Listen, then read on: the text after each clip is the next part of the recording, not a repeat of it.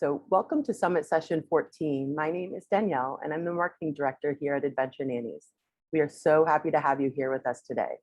The views expressed today are solely those of the guest and do not necessarily represent those of Adventure Nannies.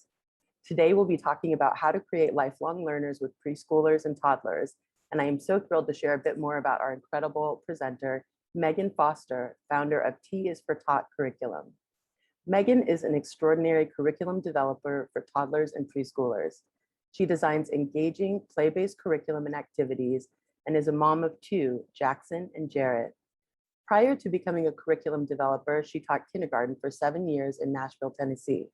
While teaching in Nashville, Meghan worked with a team that developed the curriculum for all kindergarten teachers, which helped develop her love of creating curriculum. Without further ado, let's go ahead and get started, and please join me in welcoming Meghan. Hey, thanks so much. I really appreciate that.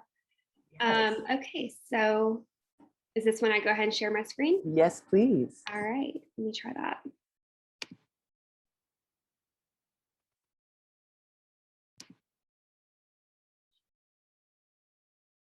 Wait 1 second, sorry.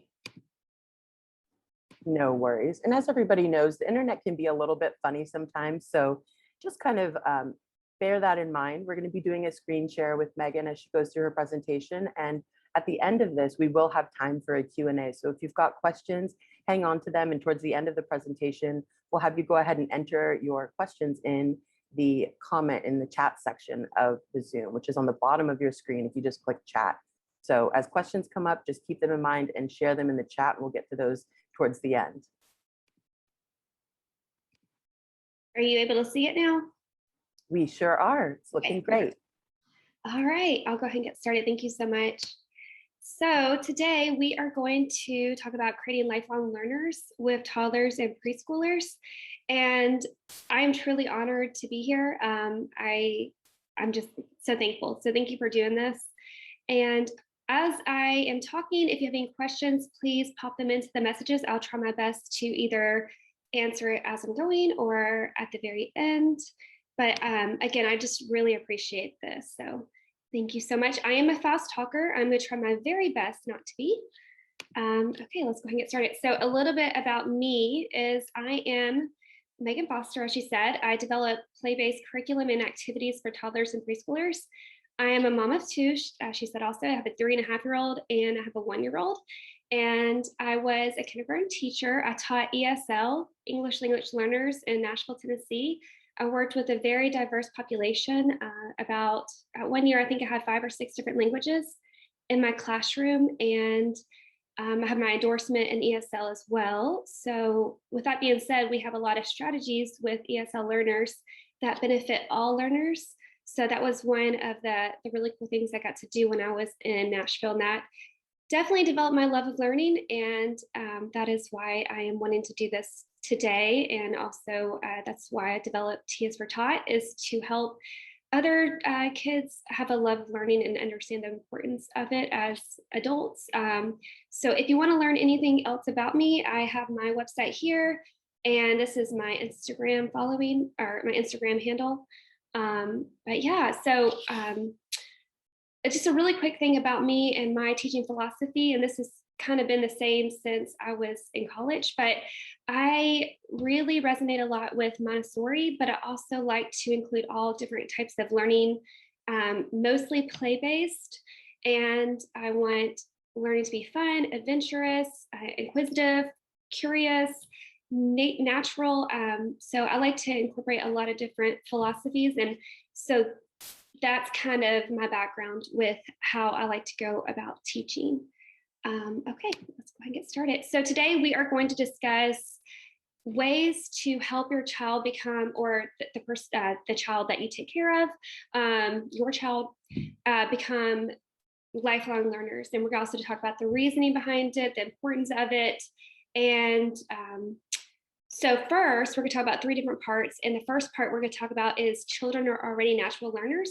So it's our job to uncover where they want to be using developmentally appropriate strategies. And we're also going to talk about the fundamentals, teaching your child the basic and essential fundamentals, definitely appropriate, while we're making learning fun. And number 3 is play-based strategies that you can go ahead and implement today or tomorrow or whatever. So let's go ahead to the next slide. So whenever I want to talk about lifelong learners and the reasoning behind it, I really want to talk about the research. And so everything that I do, I want there to be, I want it to be research based. So this is the reasons why lifelong learning is essential, and this is why we should definitely make it a priority. So all of this is inside of a book. I'll show you at the very end which book it is, but it's definitely a really good one. So this is all data driven, but the value of early childhood education. So the profession now recognizes that gaining literacy foundations is a very important facet of children's experiences before kindergarten. We don't want to wait until they get to kindergarten before we develop this love of learning. It's very essential to start preschool or earlier. And there is lots of compelling evidence into this. So if we can start with introducing certain aspects of like alphabet knowledge or phonological awareness, there's actually stronger predictors later with their proficiency in reading and writing. And it's not just for the academic purposes, it's for the social, the emotional, their self-esteem. It's for a lot. So in one of the studies, they took kids who started at 3 and they followed them all through elementary school. And there was significant differences. If like just reading 5 or 10 minutes a day, it has crazy effects later on in life. So, and like I said, it's not just the academic, it's the social, emotional, it's their self-esteem. There's a lot of wonderful benefits of starting the process early. And it's also our job as caregivers, as parents, to be the powerful influences. And it's not like, oh, I had this awesome day, this awesome lesson. Now it's those everyday minor like things that you wouldn't think are a big deal. It's those little interactions that make the biggest difference. So it's a pretty big job, I guess. That's what I'm trying to say. Also, why is this important? So we are going to talk about learning is enjoyable. So the more enthusiastic and engaged children are in learning, they're more likely, as I said, to be successful learners later on, not just in elementary school, but later on in life. And the key time to start establishing this is right now is preschool years. And it's also just too important to leave this a chance for their social emotional development. We want to make sure that we're giving them all the wonderful things to start like right now. So, and also like, I just want to say one thing. We want children to grow and succeed at their own pace. It's not something you want to push. It's something you want to encourage. So I want to be very adamant about that. I don't think we should push anything on children. And as I was thinking the other day, we're crossing the road with my son and there's no cars in sight, but I had him obviously look both ways before he crossed the road, no cars in sight. And the reason I do that is, and it's the same, it's to build the habit of starting this, like every time you cross the road, you're looking both ways. And that is the same goes with lifelong learning. We could wait until they get to kindergarten and hopefully they have an awesome teacher and they love learning for years to come. But I think it's better just to start now and start that habit now rather than waiting later and hoping that they have this love of learning. And this is one of my favorite quotes by Maria Montessori. The goal of early childhood education should be to activate the child's own natural desire to learn. Children already have this natural desire. It's our job to uncover it. Okay. Sorry, I'm using some notes over here too. So children are already natural learners. We want this to be a natural process for them. It's important to encourage, pay attention to what they want to learn. So it's already innate in them. It's just our job to help process them and not to encourage them, not to push them. So what I mean by that is if you were to push a child, you have to find that sweet spot. And that's what I'm going to talk about next is zone of proximal development. But children go through phases where they want to learn certain things, and we are here to help them uncover what that is and to help them encourage them to go through that path. So when my son was 2, he really was into the alphabet and learning his letters and letter sounds.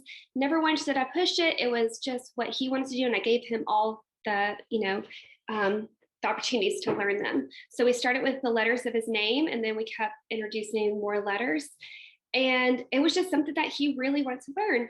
Once we started making words with them, he still enjoys it, but now he's starting to go a new path, and he's really into his physical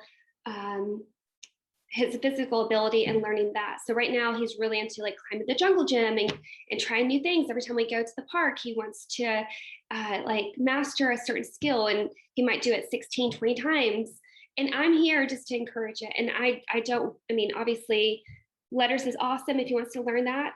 Climb a jungle gym, that's awesome if he wants to learn that. I'm here to encourage him. It should be a natural progression for him. And next week might be something totally different. So it's our job to uncover what that is, what they need right now. And they're really good at telling us. So we just want to give them all the opportunities to learn what it is that they are seeking. All right, next one is never help a child with a task in which he feels he can succeed. This is so powerful. I love this quote. And that is one of the things that we studied in school was Vygotsky, and he talked about scaffolding, and there's a zone of proximal development. And this is a really, this is a really cool thing. So we never wanted to make it super easy or super frustrating for children. We wanted to always be in that sweet spot. And that sweet spot is actually kind of hard to get to because it's always changing. It could change every day, it could change every week. So when you think about it this way, if we're making things way too easy for the children, they're not really going to learn. We're making it way too hard for them, they're getting too frustrated and they're not going to learn. So what we want to do is always try to find that sweet spot that's always changing, that beautiful balance, into making it hard enough but not pushing them. Because to build that lifelong love of learning, you have to find that sweet spot. Because again, if you're making everything just too easy for them, there's no learning. If you're making everything too hard for them, there's just frustration. So in this zone right here, I'm not sure you can see the blue zone right here is exactly where we want to be. And that is helping obviously create this lifelong learning, love of learning. And natural learners, you definitely have to have the nurturing relationships. Those are key for children's development. It builds their empathy, cooperation, it builds their self-esteem, self-regulation, socialization, and then language and communication. So with that being said, it's, again, like I said earlier, it's the small everyday moments, the interactions that have the greatest impact on them. And it's our job as caregivers to give them this natural love of learning. So play is our brain's favorite way of learning. I love that quote. And here's the fundamentals. So children are moving, thinking, feeling, interacting human beings, and to teach them is to teach all of these domains. Sorry. So with that being said, we want to teach them in all the areas. So sensory, physical, auditory, kinesthetic. We want to figure out how they like to learn, but the best is actually teaching all of those things.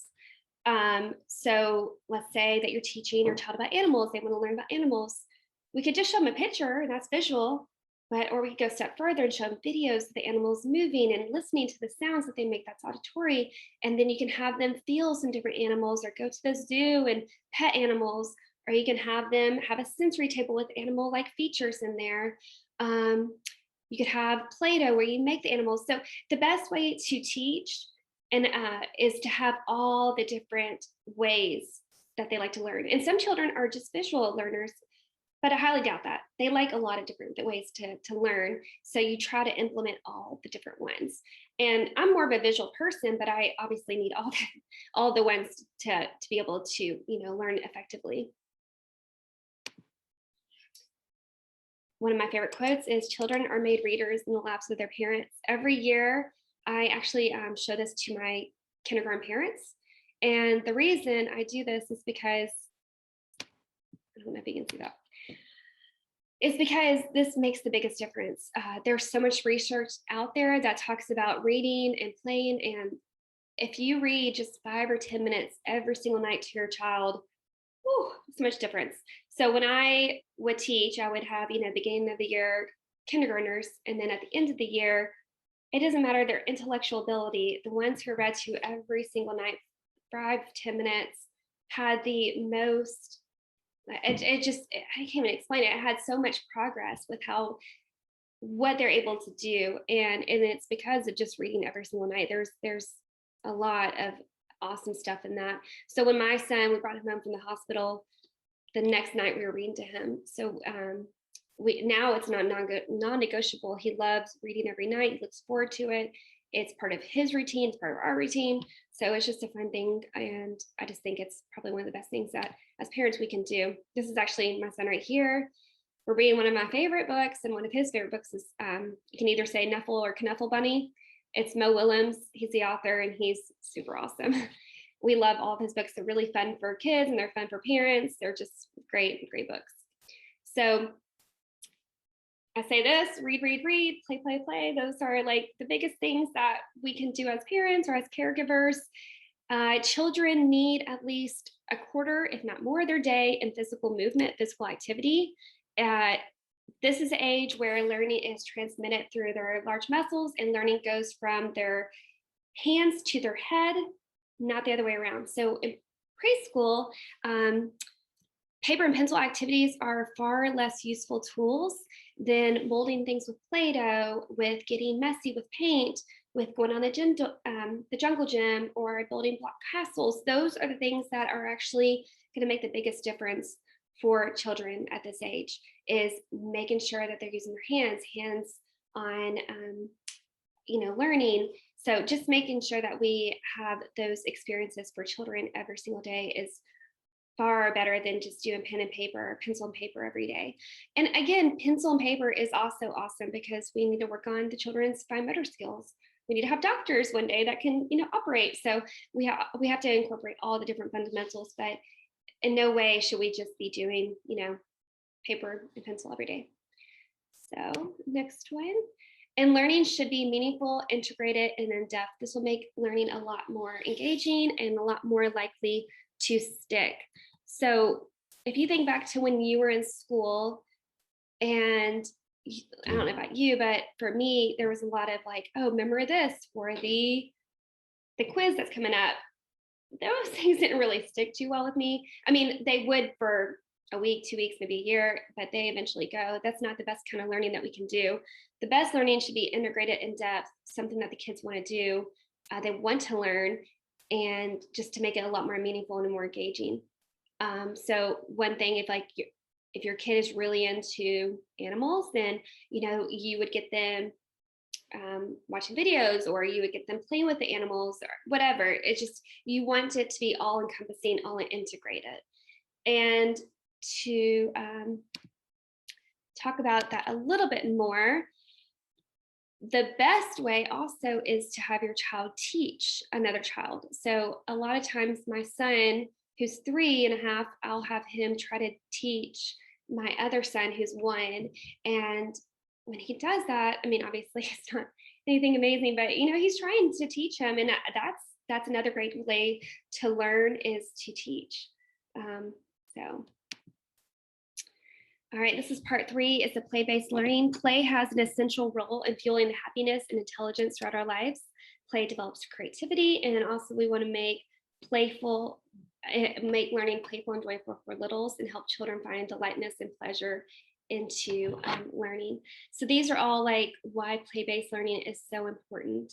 And I had a professor who did her dissertation on play-based learning. Oh my goodness, like there is so much research into play-based learning. And it's kind of sad because in today's schools, a lot of recess is being cut. A lot of play learning has been cut.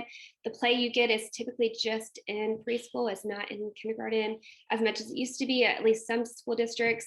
And this actually is one of the best things that we can do for kids. So yeah, I just want to talk about the importance. Like there's a lot that goes into play, and it's not just academic, it's the social emotional learning. It's them, just getting to getting to play with other kids and learn from other kids. So there's a lot of awesome things into the play-based learning. Play is the work of the child. Another Montessori quote, you can tell I love her, I think she's great, and I think she was definitely ahead of her time with a lot of her philosophy. Play-based learning is child-led. It's with open-ended play. It helps children develop social skills and motivation to learn. And remember, children are already naturally wired to learn. So it's our job to foster that love of learning. And then now I'm going to kind of switch gears a little bit. I'm just going to talk about what we do at our house. And I don't know if this is helpful for anybody, but I'll just kind of go through what we do and see if that helps you. We're early birds. We like to wake up early at 6:30, and then we do our errands after breakfast. That's kind of the best time I found that works for us. We then, because as I said, a fourth of the day should be spent in some kind of play or some kind of movement. This is when we do our outdoor play. This is when Jackson gets to go to a park or something and gets to climb things that he needs to work or he wants to work on. We do our nature walk. As I said, reading is so important. We make a fun day out of Wednesdays. We go to story time at the library, pick out like 5 or 10 books, take them home and read them. It's super fun. And then at 10:30, we come home, we do our snacks, and this is when we do our sensory table and morning basket. And I'll show you a little bit more about this if you're interested. At 11, we do our music and movement, and then independent play. I was finding myself playing with the kids a lot, especially since we have a 1-year-old, and I'm starting to kind of back off just a little bit more and let them independent play. And it's awesome getting to watch them. I'm obviously right there with them, but it's awesome to watch what they're capable of. 11:30, we do our lunch, and then 12, nap. This is when, after their nap, is when we do our books and we read any new books from the library or books that Jackson's really into. We do a little STEM experiment, and we do a little book project. That's when we try to have integration and show like something with the book. So in Knuffle Bunny, at the very end of the book, he draws the bunny in chalk. So that's a great way to bring the book into something that we're doing. And then we do independent play, help with chores, outdoor play, family time, dinner, bedtime, and story time. And story time is now lasting about 30 minutes because it is something that Jackson definitely looks forward to at the end of the night, and we look forward to it as well. Okay, so I was talking to you about the morning basket.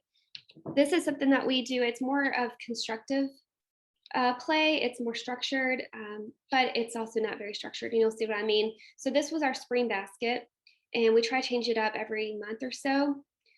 We were learning about the life cycle of a caterpillar. That's this right here. It's our caterpillar that we're watching. We have a magnifying glass to watch it every day and see what's changing. And then we would incorporate some math with it, dice, fine motor skills, more fine motor skills with this, tracing, and Play-Doh for sensory development. And we can build things with that. And then this is a really fun little visual learner type, some books. But what you do is you just show them kind of how it works, or you don't have to. And then every day at a certain time, you can get this, and this is part of their independent play, and they can use their different senses, kinesthetic, they can use auditory, all that different fun stuff. And it's a little bit more structured, but if you include all of their things that they're interested in, it's perfect. And then here's some of our sensory table ideas. So this went along with our butterfly and caterpillar theme, and we incorporated a lot of just like this right here would be fine motor skills, picking things up, looking at it through a little viewer, magnifying lens, and then scooping. So it's great for adding in some things that you're already learning and making it all integrated, but it also is wonderful for the fine motor skills. And this is the one we have right now. It's actually right next to me. But this is our ocean, and we're like learning about ocean animals and mammals. And so it's a fun one. Added in a little bit of fun treasure with it. I made this for one of the blogs I did, but I have found that this is what we use in our home. It has a lot of just the things that we've used. So I think we'll be able to share this if this is anything that interests you. But I'm type A and Enneagram 1, so I love organization. And this is some of the things that we offer. I mean, it's if this interests you, if you need something, but it's our curriculum. And like I said, so if you're teaching the alphabet, if it's something that your child is into or wants to learn right now, it has all the different components. So we do character education and fine motor and STEM and all that good stuff. And then this is also another part is our monthly subscription. And every month it's a different thing. So these are the books I was talking about. This is the one that I draw a lot out of. It has a lot of great research, a lot of great practices that you can use. And I just love all the other books as well. The No Drama Discipline, she has a lot of great ideas to make sure that it's nurturing, caring relationships. Same with her. I love this book a lot too, The Montessori Toddler. This has some really good research in it as well. And then a lot of good ideas if you want to incorporate more play-based learning. And it looks like I was pretty quick. So I really appreciate everyone and your time. And I will, if you have any questions, please let me know.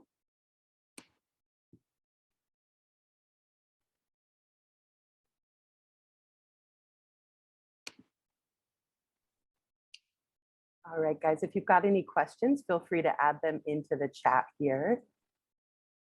So one of the things that I was wondering, Megan, while we wait for folks to add any questions they have, what are some educational toys that you recommend that can help make learning fun? Yeah, there's a lot of really good ones out there. I would start with what your child's interest is. And I found a lot of our toys are actually starting to become more Montessori toys, a lot of wooden, natural things that we use. But really, I would have to, we have a whole playroom I can go show you. I like things that incorporate STEM and science experiments. We like to do a lot of that in our house. Let's see, we have a little T-bot and he does coding. Oh, My son's cool. really into that. And it's like something we found on Amazon, but you press little buttons and he gets to code it and then it moves and goes different directions. It's really fun. Yeah, so. What are some of the STEAM activities? I know you mentioned you like to do different experiments with them. Can you give an example of, one of the ones that you've done recently that your kids enjoyed? Yeah, oh my goodness, we do one all the time. So I usually try to make them a little bit easier just because for me for cleanup, but oftentimes, and then also he's 3, so like, Yeah. we don't want to make it too advanced. I mean, we could, but let's see, we just made slime last week. We made Play-Doh. That was really fun. We added in some glitter. That was really kind of cool. You would not believe how easy it is to make Play-Doh. We do the Skittles rainbow, and we made like a volcano, an ice volcano last 2 weeks ago. Cool. Yeah, a lot of good ones.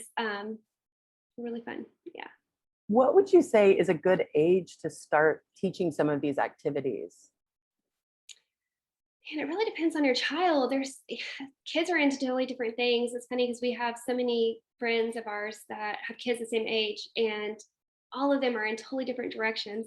Honestly, when I think back when I was a kid, things that I was into are things I'm still into now. So I was into working with kids, with art, with creativity. And those are still things I love to do today.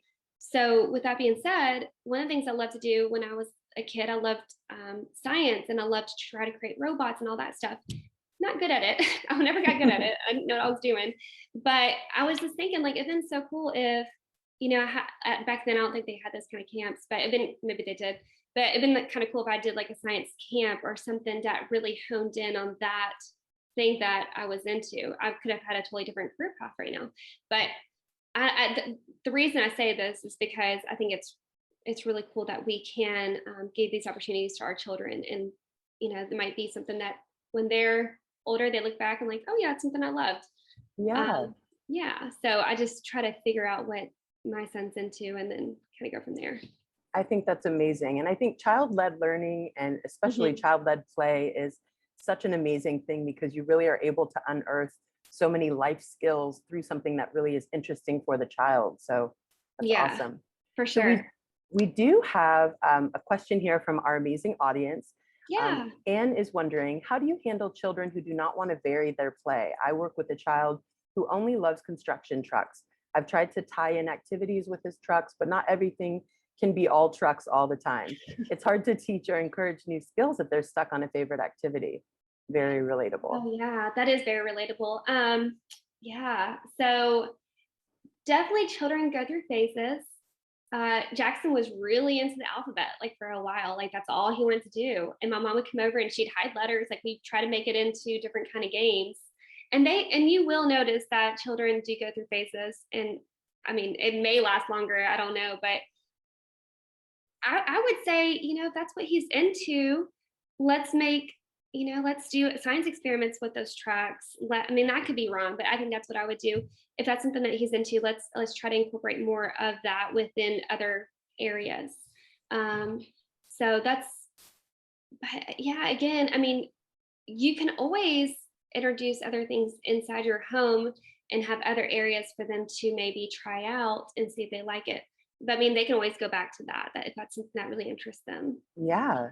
Well, Yeah. Anne mentioned that it's been 2 years of trucks. So understandably, it sounds like they're ready for a way to switch it up. And I like your advice of trying to figure out how you can use trucks to kind of bring in other ideas. So maybe there's Yeah. something with Legos where you can sort of work on building a truck and work on some That's of their great. tactical skills, or maybe there's some way that you can look into some of the engineering that goes into trucks and work with magnetiles or some of the other cool Yeah. sort of Ways to introduce tactical it. things.